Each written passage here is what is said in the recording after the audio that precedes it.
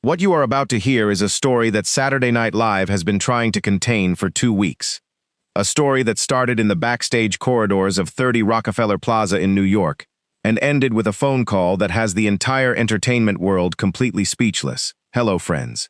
My name is James, and you are watching Royal Daily Report, your #1 source for the most exclusive and most shocking royal stories on the internet. If you are new here, hit that subscribe button right now, because tonight, we are telling a story that crosses the royal world and Hollywood and the biggest comedy show in American television history. And if you have been with us from the beginning, you already know. We never hold back. We never pull back. Let us get into it. And before we go any further, if you are not subscribed to Royal Daily Report yet, stop everything right now and hit that subscribe button. Turn on those notifications, because this story is developing every single hour, and you cannot afford to miss a single update. Subscribe now. Let us get into it. Saturday Night Live has been on the air for 51 years. It has survived cast changes and network pressure and cultural shifts, and the deaths of legends and the rise and fall of entire generations of comedy.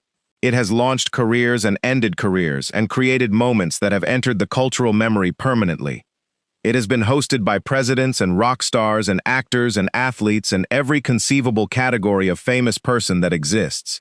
It has made fun of the royal family for decades, has done sketches about Diana and Charles and William and Kate and Harry and Meghan, with the particular American irreverence that the British press finds alternately charming and outrageous.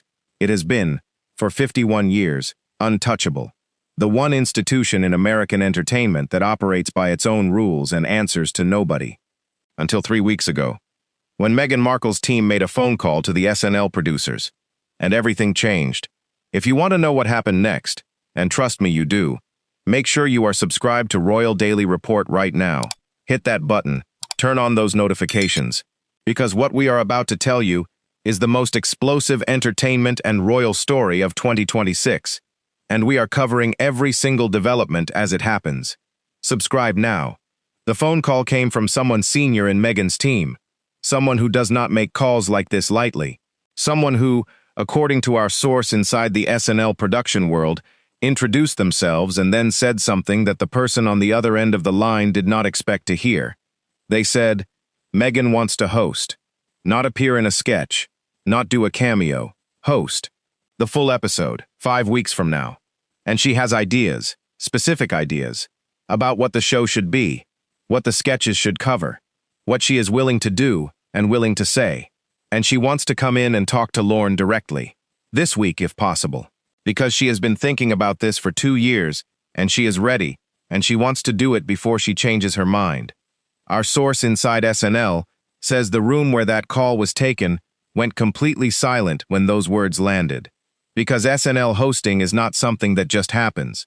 It is months of negotiation and scheduling and creative development and the careful management of a process that has been refined over 51 years.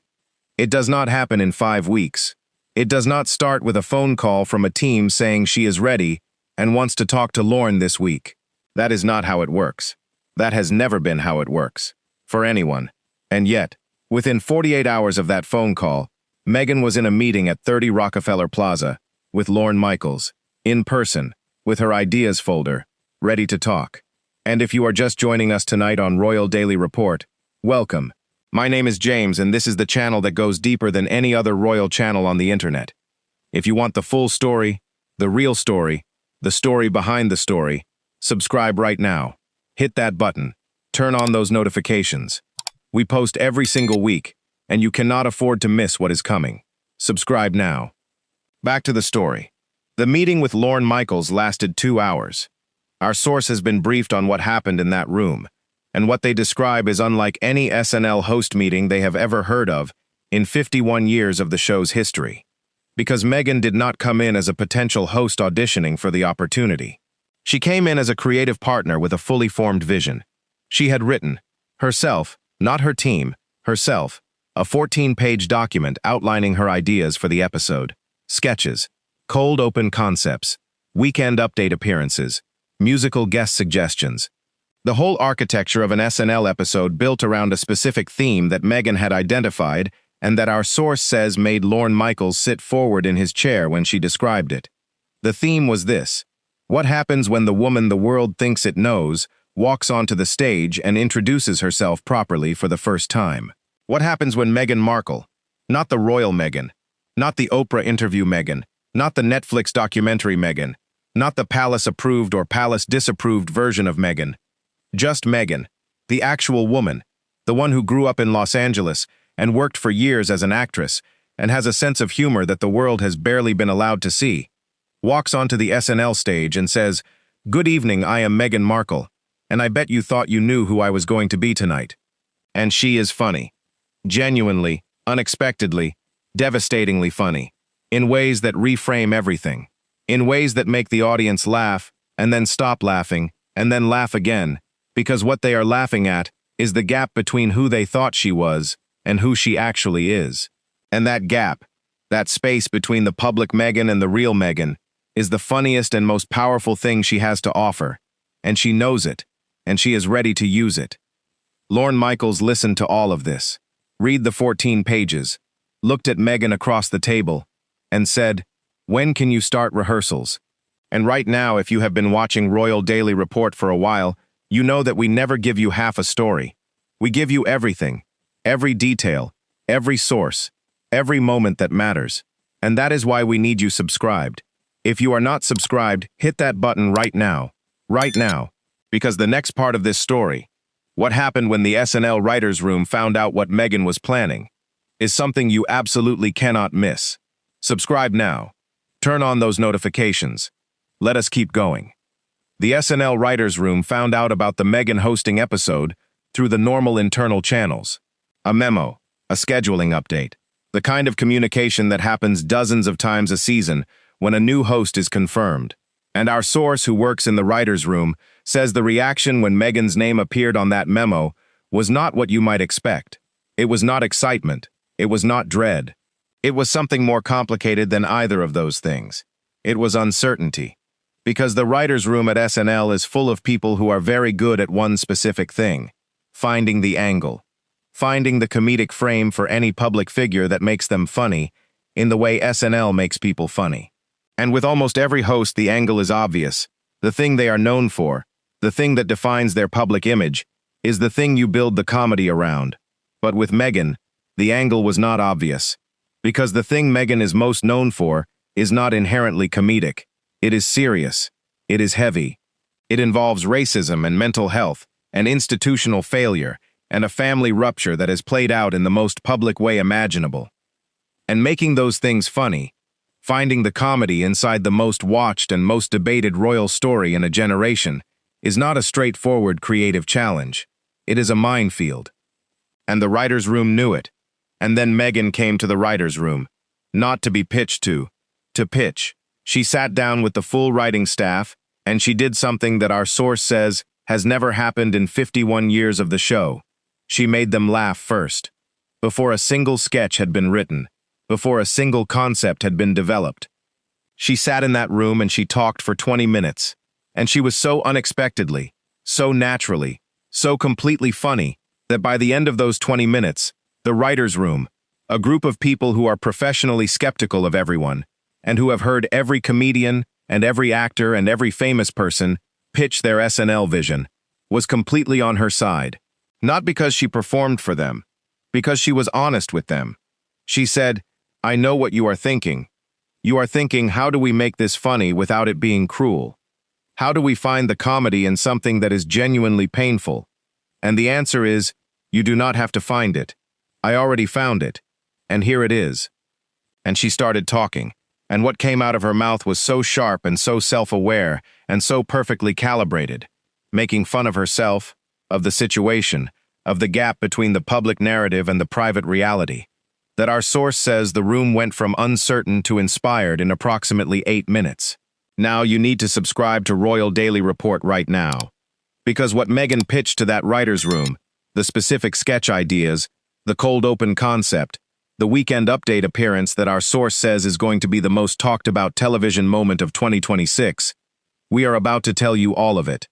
And if you are not subscribed, you are going to miss the follow-up coverage when this episode actually airs. Hit that subscribe button, turn on those notifications, do it right now, because this story is far from over.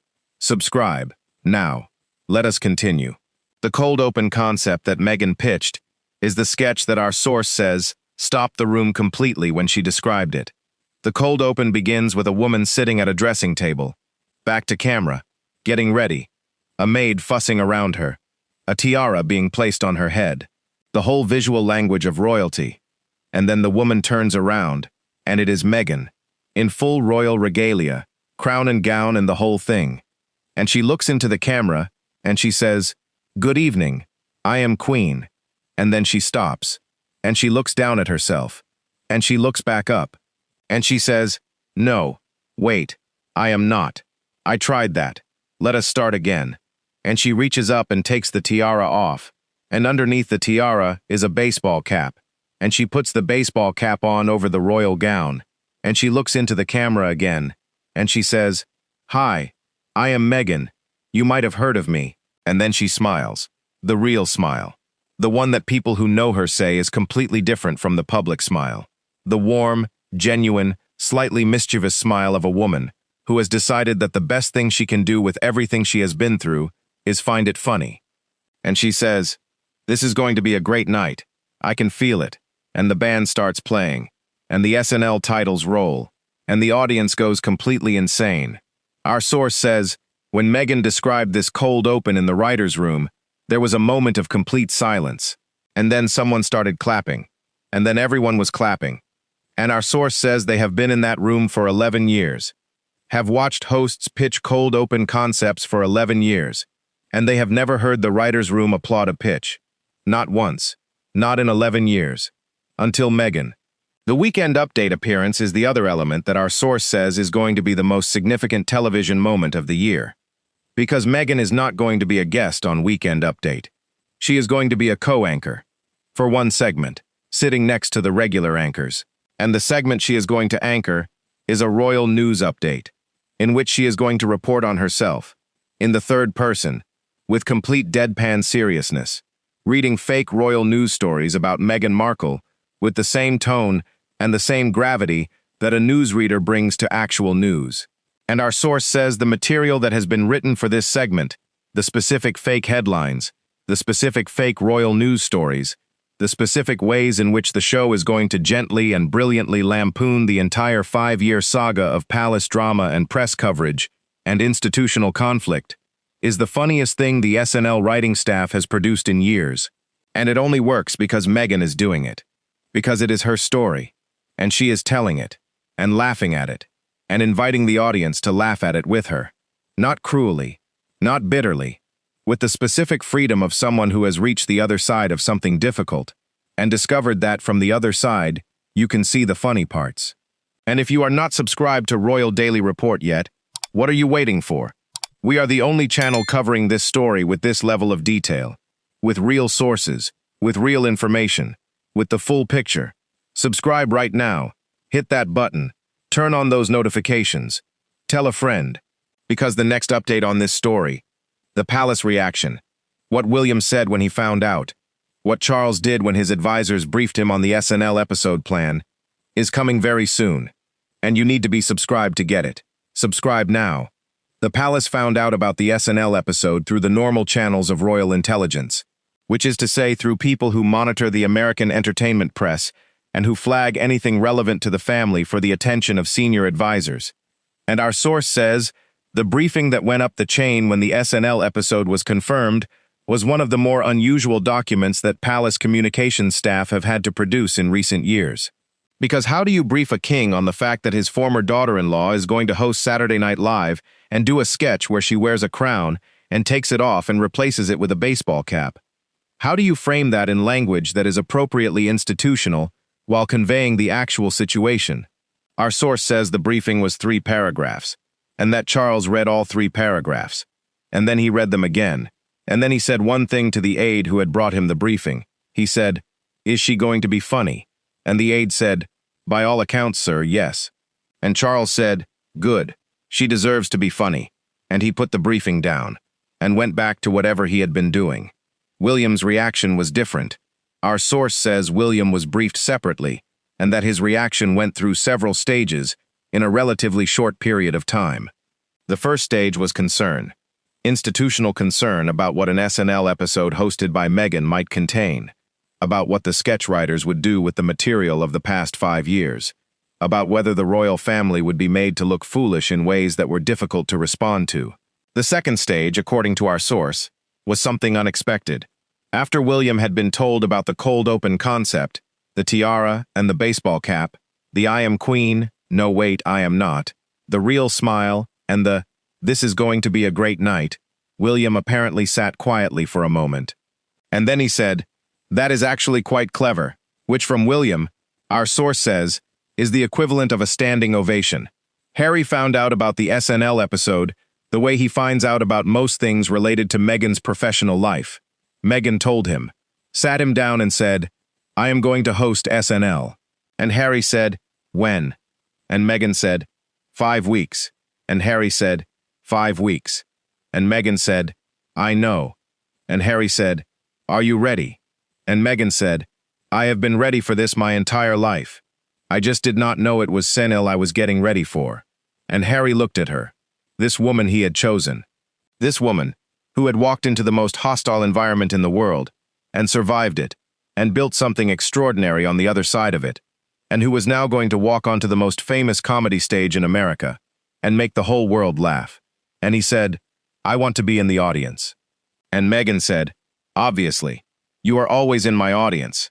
And Harry said, "I mean literally, in the actual audience, in the building." And Meghan said, "I know what you meant." And they both laughed. And our source, who was told about this conversation, says it is the most Harry and Meghan moment they have ever heard of. Two people who have been through everything finding a moment of pure, uncomplicated joy in something as simple as this. She is going to be funny. He is going to be in the audience. Everything else, for that one moment, does not exist. The episode is scheduled. The rehearsals are beginning. The sketches are being written and rewritten and refined with the particular intensity that SNL productions are known for. And somewhere in a rehearsal room at 30 Rockefeller Plaza, Meghan Markle is learning her lines and finding her timing, and discovering what the writer's room already discovered in that first 20 minutes. That she is funny. Genuinely, unexpectedly, completely funny. In a way that the world is about to find out for the first time. And that the best joke of all, the one that will land hardest, and stay longest, and be talked about for years, is not in any sketch. It is in the premise that Meghan Markle, the most serious royal story of a generation, the woman who sat across from Oprah and changed everything with the weight of what she said, is going to stand on the SNL stage and make the entire world laugh. And in doing so is going to do the thing that no interview and no documentary and no memoir has fully achieved. She is going to make the whole thing human. Funny and painful and true and human. In the way that only comedy can make things human. In the way that only someone who has genuinely lived through something can make it funny to the people who only watched from the outside. And you need to be subscribed to Royal Daily Report to see our full coverage when that night arrives. Subscribe right now, hit that button, turn on those notifications, share this video with 5 people tonight. Because this story, Meghan at SNL, the palace reaction, Harry in the audience, the cold open, the weekend update segment, everything that happens on that night, and everything that comes after it, is the story we are going to be covering in more detail and with more exclusive information than any other channel on the internet. We will be here, every step, every development, every source, every moment. Subscribe now so you do not miss a single second of it. That is all for tonight, friends. I am James, and this has been Royal Daily Report. If this story hit different for you tonight, hit that like button right now. Subscribe if you have not already and turn on those notifications. Share this with someone who needs to see it tonight. I will see you in the next one. Until then, stay informed, stay curious, and stay royal. Goodbye, friends.